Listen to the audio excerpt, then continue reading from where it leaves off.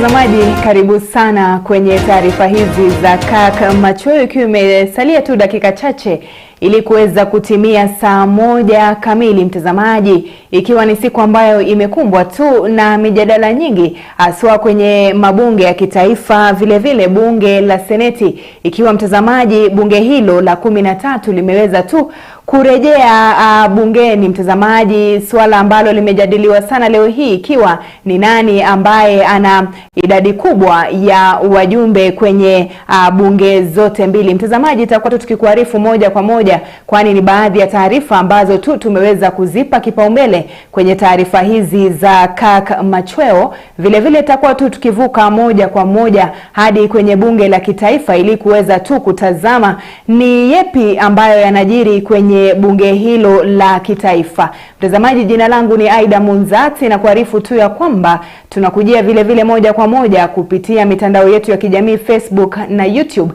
ikiwa ni Kirk TV Kenya. Swala la muungano upi kati ya Azimio la Umoja wa Kenya na ule wa Kenya Kwanza ulio na wingi wa idadi katika bunge la kitaifa limeibua mjadala mkubwa bungeni mchana wa leo. Katika kikao cha kwanza kabisa cha bunge la 13, kiongozi wa wengi na yule wa wachache mtawalia wametetea makubaliano yaliyotiwa sahihi na muungano husika, huku athari za sheria mpya ya vyama iliyohakikiwa na bunge hilo zikidhihirika wazi. Vincent Kerosi na kina cha taarifa hiyo.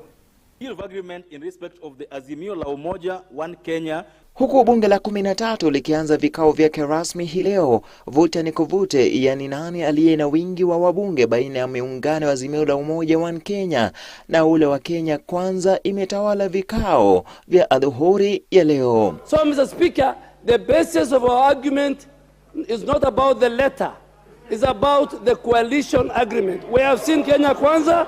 Can we get the one for Azimio? Spika Moses Wetangula akilazimika kuahirisha uamuzi aliofaa kuutoa kuhusu uongozi wa bunge hilo baada ya kufichua kwamba amepokea majina kutoka pande zote mbili, kila upande ukiwasilisha kiongozi na kiranja wa wengi mtawalia. However, honorable members, it's worth noting that the continuity of the business of the House will not and should not in any way be seen to prejudice the determination of the question of the leadership of the majority and minority parties in the House. Hata hivyo, Spika Wetangula ametangaza kuwa vikao vya bunge vitaendelea kama kawaida, akimpa majukumu ya muda naibu Spika Gladys Boss Sholei kuhudumu kuwa kiongozi wa wengi na kuwasilisha hoja na miswada kabla ya kamati ya kusimamia shughuli za bunge haijabuniwa rasmi. Since there is no objection as to who the deputy speaker is, I will exercise my powers under Standing Order number 1 and authorize the Deputy Speaker to move certain business as follows. At Order number 5, I will allow the Deputy Speaker to lay certain papers in the House which have a statutory deadline and which the law requires that they must be laid in the House when it first sits, which is today. Vikao vya leo vikisheheni mjadala mkali kuhusu uhalisia kisheria wa muungano wa Azimio la Umoja wa Kenya na vyama tanzu vyake, makale ya sheria mpya ya vyama yakidhihirika wazi. I remember, Honorable Speaker, standing in my place somewhere behind here, reminding our colleagues that this law that you have just passed will punish you more than it will ever punish me or those of us that were then called the Tangatanga or UDA Brigade. Honorable Speaker. Honorable Speaker, chickens have come home to roost. This is the law. Nobody has challenged it, and no court of law has declared it unconstitutional. As you all know, the power or the mandate to determine constitutionality of any law is vested in the High Court under Article 165 of the Constitution.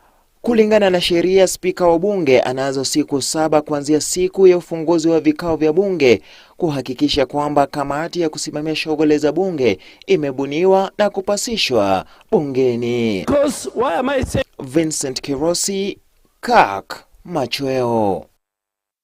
Na mtazamaji, hiyo ni taarifa yake Vincent Kerosi ikituelezea tu ni yepi yaliyojiri kwenye bunge hilo la 13 la kitaifa. Na naarifiwa tu kwamba tutaweza kuvuka moja kwa moja hadi kwenye bunge hilo la kitaifa ili kuweza tu kutathmini ama kuona mtazamaji ni yepi ambayo yanajiri kwa sasa hivi kwa bunge hilo la kitaifa. Kumbuka tu namna Vincent Kerosi ameweza kutuarifu mjadala mkuu ulikuwa tu kuweza kutathmini mtazamaji ni upande upi, ikiwa ni upande wa Kenya Kwanza ama upande wa Azimio la Umoja, ni upande upi ambao una wajumbe ama tu wabunge wengi pale kwenye bunge la kitaifa. Vile vile ni mjadala ambao uliweza tu kujadiliwa kwenye bunge la Seneti, na tutaweza tu kuarifiwa na mwenzangu Chris Sambu ni yepi haswa yaliweza tu kujiri kwenye bunge hilo la Seneti. Mtazamaji, naarifiwa ya kwamba tutakuwa tu tukivuka moja kwa moja kwenye bunge hilo la kitaifa muda usiokuwa mrefu, lakini sasa hivi tuweze tu kuangazia ni yepi yaliyojiri kwenye bunge la Seneti. Seneta wa Kericho Aaron Cheriot ametajwa kuwa kiongozi wa walio wengi kwenye bunge la Seneti. Seneta wa Nakuru Tabitha Karanja akitajwa kuwa naibu wake. Katika kikao cha kwanza Seneti ikiendesha shughuli za kupanga uongozi wake, muungano wa Azimio ukitajwa kuwa na walio wachache bungeni. Lakini anavyoarifu Chris Sambu ni kuwa shughuli za Seneti zimekwama, ubabe ukiibuka kati ya maseneta wanaoegemea Kenya Kwanza na wale wa Azimio la Umoja kuwa ni nani aliye na wengi kwenye bunge hilo la Seneti. Maseneta waliporejelea vikao vya bunge, kikao cha kwanza kimekuwa kuainisha uongozi wa bunge hilo. Spika Amason Kingi akitangaza muungano wa Kenya Kwanza kuwa na walio wengi kwenye bunge la Seneti. Seneta wa Kericho Aaron Cheriot akitajwa kiongozi wa walio wengi, naibu wake akiwa seneta wa Nakuru Tabitha Karanja. Seneta wa Kakamega Boni Khalwale akitajwa kuwa kiranja mkuu wa walio wengi, Seneta Steve Lelego akitajwa kuwa naibu wake. Senator Dr. Boni Khalwale, CBS MP, Senate Majority Whip. Hata hivyo, uamuzi wa spika kutaja muungano wa Azimio kuwa na walio wachache bungeni ukitatiza shughuli za kikao cha Seneti. Is that we are going to have an aggregate of 32 senators for Kenya Kwanza, for Azimio, and 31 senators for Kenya Kwanza. That will make Azimio coalition in line with Section 2 of the Political Parties Act as the majority party. One of the things that I wish to remind you, that as per our count as Kenya Kwanza, this coalition has 36 senators. Azimio, first of all, we are not sure whether there is a coalition party called Azimio in this house, because I know of ODM, I know of Wiper, I know of other parties, but Azimio, the coalition political party, has no senator in this house. That's number one. Number two, Mr. Speaker, as per our count, if that were to be the case, they have only 29 senators. And then we have an independent senator and a non-aligned senator, that is Senator Okia Omtata. Therefore, even if you was to do what is commonly nowadays referred in this country as Charera mathematics, there is no single imagination upon which Azimio can be the majority in this house. It is in the public domain that the president of this republic, who is his party leader, nominated 2 senators from this house to serve in his cabinet. So, Mr. Speaker, the point of order raised by the distinguished senator from Kisumu is in order.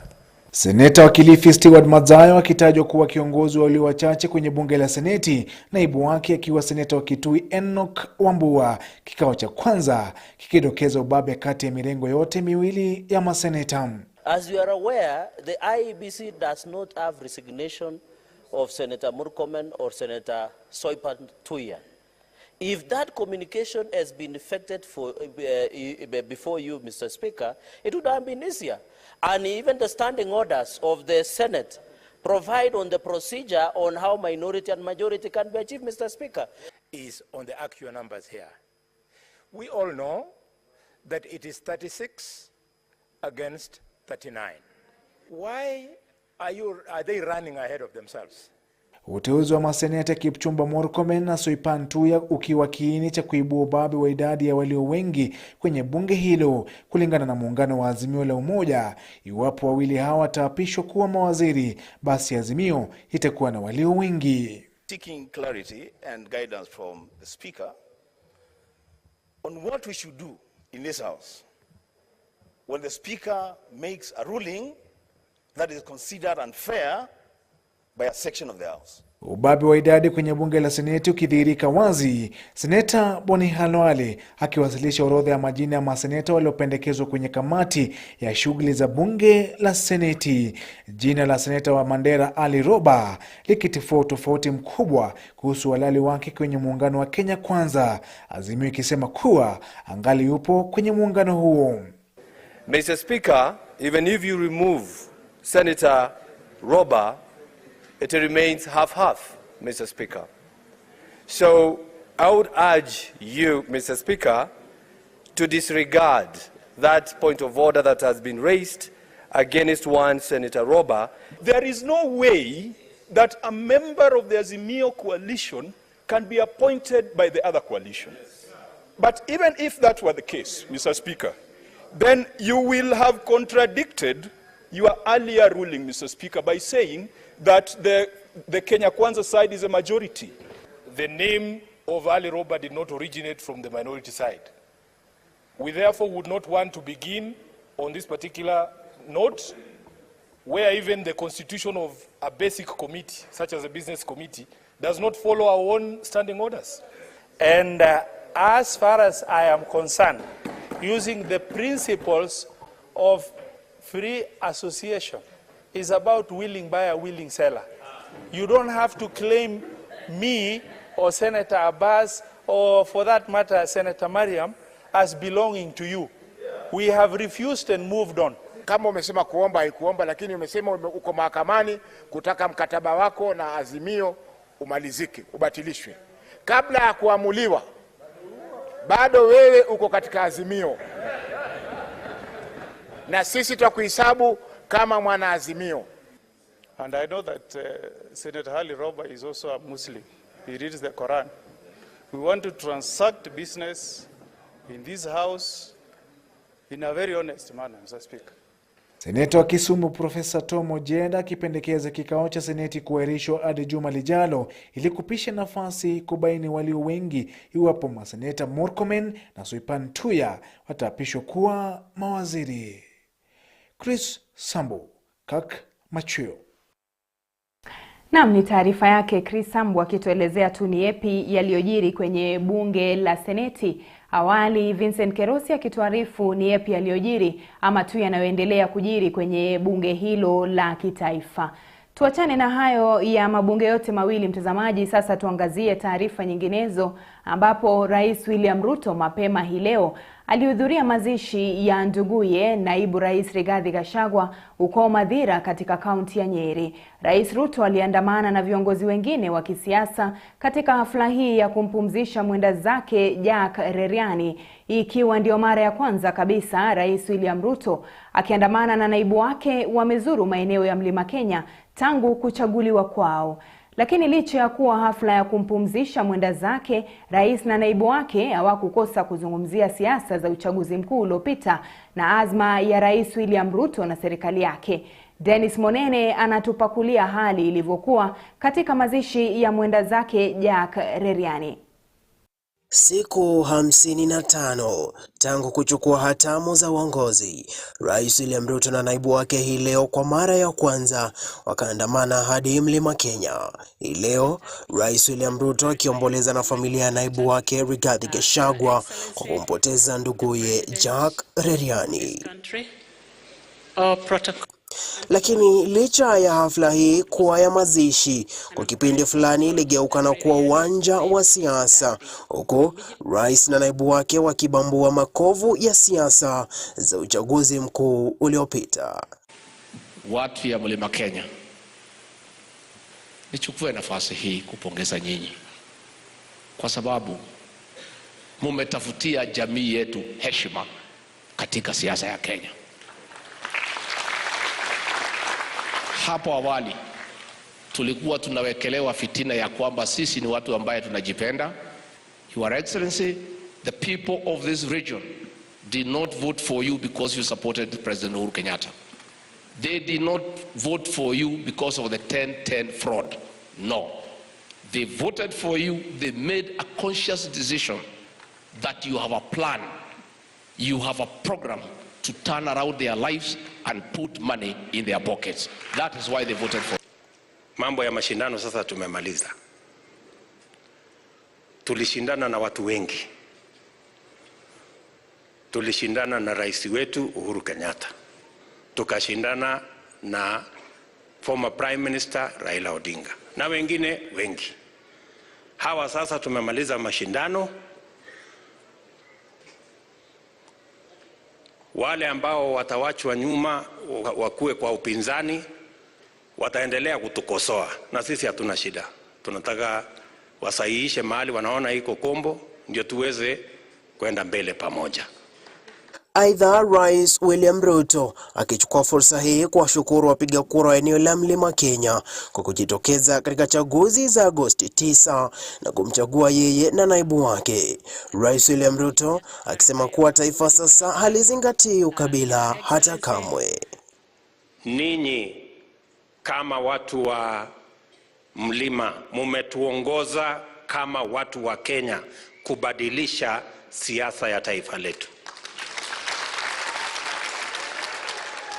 Sisi wote kama wa Kenya leo tunaheshimika sana kitaifa na kimataifa kwa sababu ya vile tumepanga mambo yetu ya siasa kwa njia ambayo imetuweka pamoja na kwa njia ya amani. Aidha, Rais William Ruto hakuchelea kuzidi kufafanua azma yake kama rais wa taifa la Kenya, hapa akitoa ahadi tele kwa wakazi wa Mlima Kenya. Rais William Ruto akipendekeza kushushwa kwa bei ya mbolea kutoka shilingi 3,500 hadi shilingi 2,500. 6,000 tumesema ipunguzwe, tumeweka pesa ya serikali mpaka shilingi 3,500 kwa sasa, lakini bado tunaifanyia kazi. Tunataka ikuje mpaka shilingi 2,500 hapo. Aidha, Rais William Ruto katika mazishi haya alitaka mahakama, serikali na bunge la kitaifa wote kushirikiana ili kuwafikia malengo ya serikali kwa mwananchi. Dennis Munene, Kirk Machweo.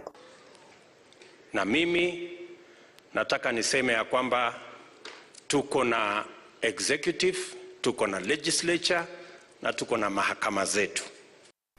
Naam, ni taarifa yake Dennis Monene, na tunasalia tu kule Madhira kwenye kaunti ya Nyeri ambapo ndugu ya naibu wa rais Jackson Rigathi Gachagua amepumzishwa leo hii nyumbani kwake kaunti ya Nyeri. Ibada ya mazishi iliyoandaliwa leo hii ikihudhuriwa na viongozi wakuu serikalini ikiwamo magavana, mkuu wa mawaziri Musalia Mudavadi, naye Rais William Ruto, naibu wa rais Rigathi Gachagua akimkumbuka nduguye kama mwelekeo bora kwake na hata familia yao. Ibada ya mazishi ya nduguye naibu wa rais Rigathi Gachagua imefanyika leo hii huko Madhira, viongozi wakuu serikalini wakihudhuria ibada hiyo. As the leader of the Kirigo family, Jack was a voice of reason and a well of wisdom. Familia yake ya karibu imemkumbuka kama jamaa aliyekuwa na upendo mwingi, kiongozi bora na baba aliyewaelekeza wanawe kwa upendo na kuwafunza maadili mema. I miss my husband so much because he used to encourage me all the time and reminded me how much he loved me. My father's main moral inculcations involved veracity, perseverance, justice and temperance. Viongozi wa makanisa kutoka kaunti ya Nyeri wamemkumbuka Jackson kama mkazi wa Nyeri aliyefanya kazi kwa bidii kuchangia ukuaji wa sekta mbalimbali kauntini humo, huku akisema kuwa kaunti hiyo imepoteza pakubwa. Indeed, the soil of Nyeri is mourning the loss of a son, a mentor and a coach. The late Jackson was a shrewd businessman and a farmer, an icon who will be remembered for the selfless manner in which he supported the less privileged in the community. He is, He was a gem. Viongozi wengine hii ni akiwemo gavana wa Nyeri Mutahi Kahiga, mkuu wa mawaziri Musalia Mudavadi, miongoni mwa viongozi wengine wametoa rambirambi zao kwa familia ya mwenda zake. And when Deputy President, we shall stand with you as is necessary and as we move forward. Nduguye marehemu naibu wa rais Rigathi Gachagua amemkumbuka kama aliyekuwa na mwelekeo bora na usia mwafaka kwa familia. Rigathi akiweka wazi jinsi nduguye alivyomlipia karo ya shule na kumwezesha kuendelea na masomo yake. Myself, my sister Lilian Muzilada, my sister Mudoni who is here, we were handed over to Jack by my parents. This man paid my school fees from Form 1 to Form 6. And I'm so grateful to God because God gave me an opportunity to tell him thank you for educating me. Huku akisema kuwa kumbukumbu zake zitasalia naye daima. So as we escort my late brother, our debt of gratitude to him. Rais William Ruto akirejelea kumbukumbu zake marehemu amesema kuwa kujitolea kwake Jackson na mwelekeo wake kwa familia ni swala la kuigwa na wengi. Huyu ni Mkenya ambaye ametoa mchango wake katika familia na katika taifa lake. Ndio tumekuja hapa kwa kumuenzi na kumshukuru Mungu kwa kutupatia huyu ndugu yetu ambaye leo amesafiri. Poleni sana Mama Cecilia, pole. Jackson alifariki tarehe 24 mwezi Septemba baada ya kuugua. Amepumzishwa leo hii nyumbani kwake Hiriga, eneo bunge la Mathira, kaunti ya Nyeri. Faith Kaulu, runinga ya KAK. Na taarifa yake Faith Kaulu kutoka kaunti ya Nyeri sasa inatuvukisha mipaka hadi kwenye kaunti jirani ama taifa jirani la Uganda, ambapo mwanawe rais wa Uganda Muhoozi Kainerugaba amepandishwa madaraka kutoka kuwa kamanda wa majeshi wa nchi kavu Uganda hadi kuwa jenerali wa kijeshi katika taifa hilo la Uganda. Haya yanajiri siku na saa chache tu baada ya Muhoozi kuchapisha msururu wa jumbe tatanishi kwenye mtandao wake wa Twitter akionekana kudhalilisha kwa njia fulani taifa la Kenya. Matamshi yaliyopingwa na serikali ya Uganda ikiweka bayana kuwa serikali hiyo haihusiki kwa namna yoyote na matamshi ya mwanawe rais ambaye sasa amepandishwa cheo kama jenerali. Katika taarifa iliyochapishwa jioni ya leo, Muhoozi Kainerugaba ataendelea kuwa mshauri mkuu wa Rais Yoweri Kaguta ambaye ni babake, haswa kwenye masuala muhimu yanayohitaji mchango wake. Kwenye taarifa hiyo vile aliyepandishwa cheo ni Muhanga Kayanja aliyepandishwa cheo hadi kamanda wa majeshi ya nchi kavu kutoka kwa luteni jenerali.